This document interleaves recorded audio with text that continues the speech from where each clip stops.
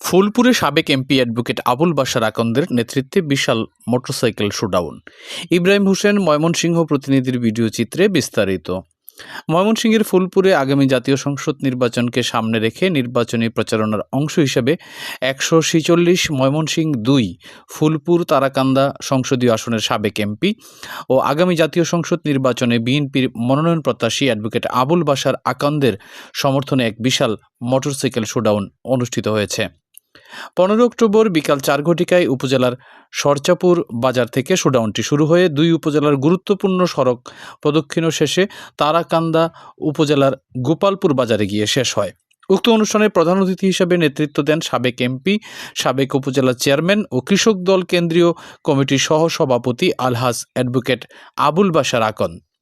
আয়োজক সূত্রে জানা গেছে, শোডাউনে হাজারের বেশি মোটরসাইকেল অংশ নেয়।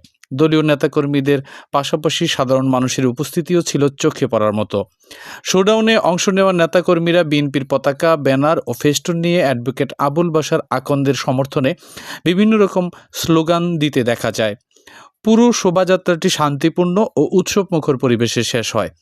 অ্যাডভোকেট আবুল বাশার আকন্দ তার সংক্ষিপ্ত বক্তব্যে বলেন, এ শোডাউন প্রমাণ করে ফুলপুর তারাকান্দার মানুষ এখনও বিএনপির সাথেই আছে। গণতন্ত্র পুনরুদ্ধার ও দেশের মানুষকে মুক্ত করতে আমরা নির্বাচনের জন্য প্রস্তুত।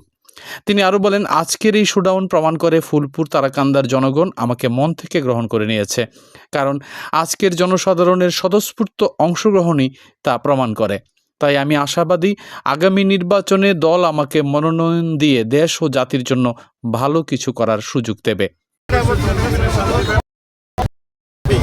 ফুলপুর তারাকান্দার মানুষ আমাকে আন্তরিকভাবে গ্রহণ করেছে। আজকের যে শোভাযাত্রায় প্রমাণ করে যে ফুলপুরের মানুষ আর ঘরে বসে নাই, সকল আমার সাথে রয়েছে।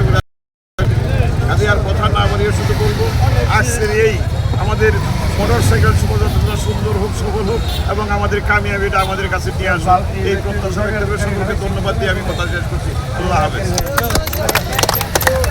শোডাউনে নিরাপত্তা ও আইনশৃঙ্খলা পরিস্থিতি স্বাভাবিক রাখতে ফুলপুর থানা পুলিশের পক্ষ থেকে বাড়তি নজরদারির ব্যবস্থা নেওয়া হয়।